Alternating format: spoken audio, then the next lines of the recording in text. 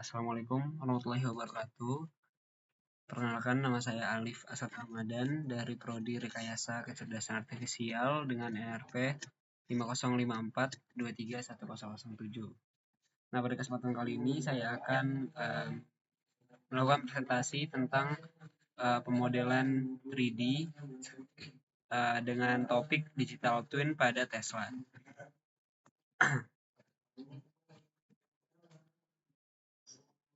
Nah, yang akan dibahas pada presentasi kali ini, yang pertama itu ada apa itu digital twin, terus tren teknologi digital twin pada Tesla, terus ada teknologi pendukung, terus ada cara kerja digital twin di Tesla, terus ada tentang tantangan digital twin Tesla, dan yang terakhir diakhiri dengan kesimpulan. Nah, jadi dimulai dari dasarnya dulu. Apa itu digital twin? Nah, digital twin itu adalah presentasi digital lengkap dari suatu objek, sistem, proses, atau lingkungan nyata yang diperbarui secara real time menggunakan data dari sensor IoT atau sumber informasi lainnya. Singkatnya, jadi digital twin itu kayak namanya digital twin. Twin itu artinya kan kembaran. Jadi ini adalah representasi kembaran. Nah, kalau kita ngomongin Tesla, berarti bukan hanya objek fisik mobil Tesla, tapi di dalam servernya itu nanti akan ada kembaran mobil Tesla, dan bentuknya itu entah berupa hologram atau berbentuk desain 3D seperti itu, dan itu adalah representasi dari mobil itu sendiri. Dan dari yang saya baca, untuk Tesla setiap unitnya itu tuh sudah diimplementasikan digital twin. Per mobil itu punya satu digital twin kayak gitu, dan itu tuh seperti kembaran ya. Jadi kalau si mobil Teslanya itu misalnya rusak atau mengalami gangguan, nah sama dengan si digital twinnya juga akan menampilkan hal yang serupa seperti itu, karena mereka ini tuh adalah kembar dan representasi digital lengkap seperti yang dijelaskan di definisi pada slide ini. Oke, selanjutnya ada penerapan digital twin di Tesla. Tadi kan sudah sempat disinggung ya tentang apa itu digital twin. Nah, digital twin Tesla ini adalah gambaran digital dari setiap mobil yang diproduksi. Betul, tadi sempat disinggung juga, setiap mobil yang diproduksi punya satu digital twin-nya masing-masing. Nah, kembar digital ini atau digital twin ini menerima data real time dari sensor mobil. Ini masuk ke ranah IoT berarti. Terus juga termasuk ada performa motor listrik, ada status baterai, ada sistem autopilot dan navigasi, terus ada juga data penggunaan energi dan lingkungan kendaraan. Jadi ini apa ya, kayak si digital twin itu memberikan output ya kepada engineer atau user kalau misalnya performa mobil listrik atau motor listrik yang digunakan ini nih sedang down atau terjadi kendala suatu masalah gitu. Nah, itu akan diberikan seperti message warning seperti itulah, dan itu asal dari pemantauan digital twin. Jadi tidak perlu datang ke bengkel kasarnya seperti itu untuk melakukan cek secara fisik ya. Ini tuh bisa langsung diberi warning tanpa harus melakukan hal itu, jadi lebih efisien. Terus juga kayak status baterai, karena ini mobil listrik kan menggunakan baterai ya. Kalau misalnya baterainya sudah sedikit atau sudah sekarat, akan diberikan warning lah, seperti peringatan untuk mengisi daya kembali. Terus juga ada sistem autopilot dan navigasi. Terus juga untuk di bagian sistem autopilot dan navigasi ini misalnya pengen ngembangin sistem self driving kayak gitu lah. Jadi kita nggak perlu pakai mobil fisik kan. Itu kan kayak lebih beresiko, dan untuk biayanya juga bakal mahal ya. Jadi kalau menggunakan digital twin, ya kita hanya menggunakan si kembaran digitalnya. Jadi pun itu setelah ketika disimulasikan terjadi tabrakan atau kerusakan, ya tidak akan sebesar kerugiannya seperti menggunakan mobil yang asli kayak gitu. Terus data pengguna energi dan lingkungan kendaraan. Nah, ini juga kayak seperti apa ya? G-Maps gitulah.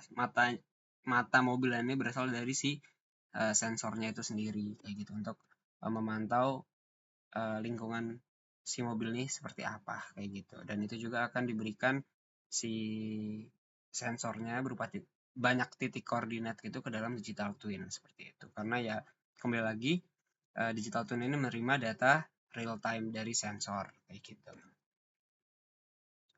Terus juga fungsi utama dari digital twin Tesla. Jadi fungsi utamanya yang pertama tadi sempat disinggung, monitoring kendaraan jarak jauh.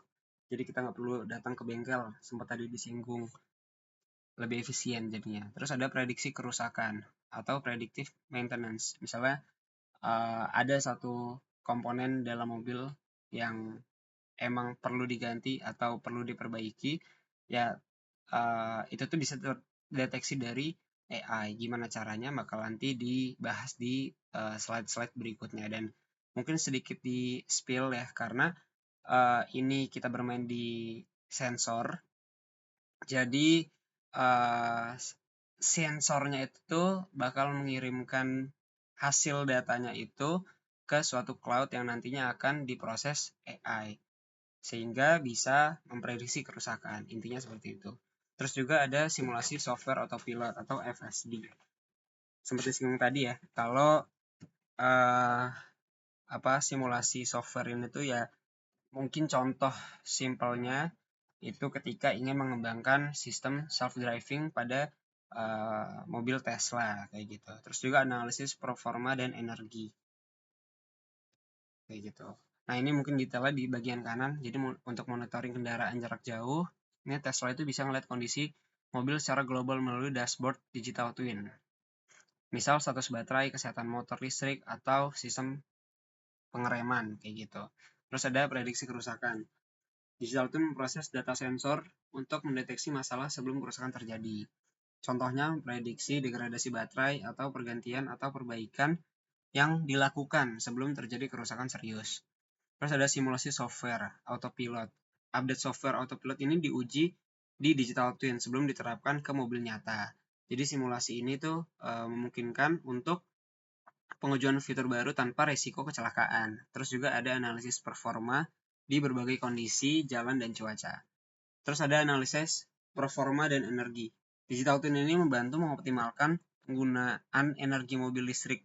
Contoh, simulasi efisiensi baterai dan motor listrik di berbagai kondisi mengemudi. Oke, selanjutnya ada teknologi pendukung. Tadi sempat disinggung juga ya. Jadi digital twin ini tuh intinya arsitekturnya itu ada 4. Melalui 4 proses. Yang pertama IoT, terus ada ini kebalik ya. Harusnya cloud computing dulu, terus AI, terus yang ketiga 3D modeling. Jadi IoT atau sensor yang di mobil ini, dia itu mengumpulkan data real time dari ribuan titik di kendaraan. Terus untuk implementasi AI dan machine learning-nya itu yang pertama memprediksi kerusakan. Bisa melakukan kayak optimasi baterai atau uji coba autopilot. Terus ada cloud computing. Di sini tuh menyimpan data dan memproses data dari jutaan mobil Tesla secara global. Ya, kenapa butuh banget ini? Karena ya setiap mobil punya satu digital twin. Satu unit mobil mempunyai satu digital twin-nya sendiri, dan satu jenis mobil itu bisa menghasilkan ribuan data karena datanya itu bersifat real time. Terus yang ketiga 3D modeling atau visualization. Ini adalah visualisasi kondisi kendaraan, performa baterai, dan jalur navigasi autopilot. Nah, ini dia untuk cara kerja digital twin. Jadi yang pertama, mobil itu akan menerima data menggunakan sensor. Ini masuk ke bagian IoT. Datanya itu berupa real time. Dan datanya itu akan ditransfer ke cloud Tesla. Kayak gitu. Nah, setelah masuk ke Cloud Tesla, si digital twin ini tuh datanya tuh akan disimpan dan datanya tuh akan diproses di Cloud Tesla. Misalnya menghasilkan kembar digital atau digital twin mobil di dalam server.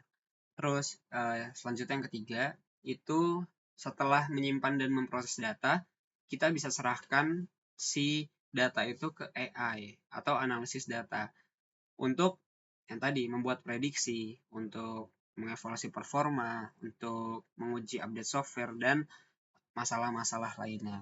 Terus yang terakhir itu akan ada feedback ke mobil dan engineer.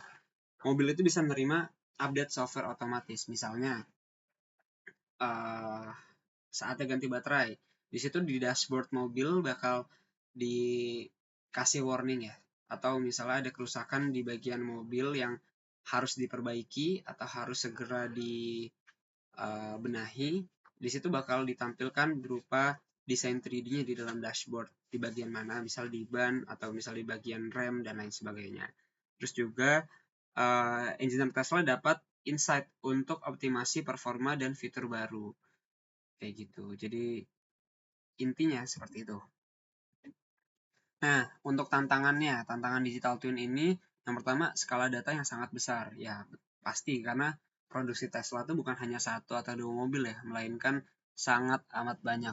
Di sini setiap mobil Tesla itu menghasilkan terabytes data per hari dari sensor, autopilot, dan telemetri. Nah, tantangannya gimana cara nyimpen data sebanyak itu, terus menganalisis data real time itu secara global gitu. Terus yang kedua ada konektivitas dan latensi. Nah, digital twin ini membutuhkan data-data real time agar simulasi akurat. Nah, permasalahannya di sini adalah keterbatasan jaringan internet atau latensi bisa mempengaruhi akurasi pemantauan dan simulasi. Terus yang ketiga, ada keamanan dan privacy data. Jadi sensor mobil ini kan ngirim data sensitif ya, kayak lokasi, performa, terus perilaku pengemudi dan lain sebagainya. Nah, tantangannya di sini itu adalah untuk melindungi data tersebut agar tidak diretas atau disalahgunakan. Terus yang keempat ada kompleksitas simulasi AI. Jadi karena ilmu datanya banyak dan sifatnya real time, jadi bakal amat sangat kompleks. Dan tantangannya ya gimana caranya kita bisa membuat simulasi digital twin ini cukup realistis agar prediksi dan uji cobanya itu lebih akurat kayak gitu. Terus juga yang terakhir adalah biaya dan infrastruktur cloud. Jadi yang pertama menangani jutaan digital twin memerlukan server dan infrastruktur cloud yang pastinya sangat amat besar. Dan tantangannya ya biaya tinggi dan perlu optimasi research agar lebih efisien kayak begitu.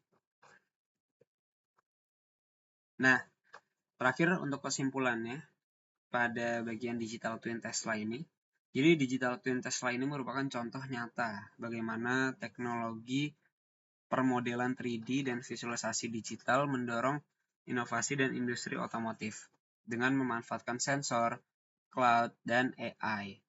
Tesla menciptakan kembaran digital real-time untuk setiap mobil, memungkinkan simulasi autopilot, full service driving atau FSD, terus ada memprediksi kerusakan, dan optimisasi performa energi secara efisien.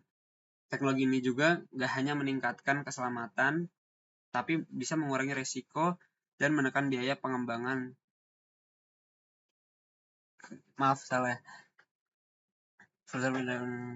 Mengurangi resiko dan menekan biaya pengembangan, tapi juga membuka potensi aplikasi di smart city, kendaraan otonom, dan simulasi virtual di masa depan.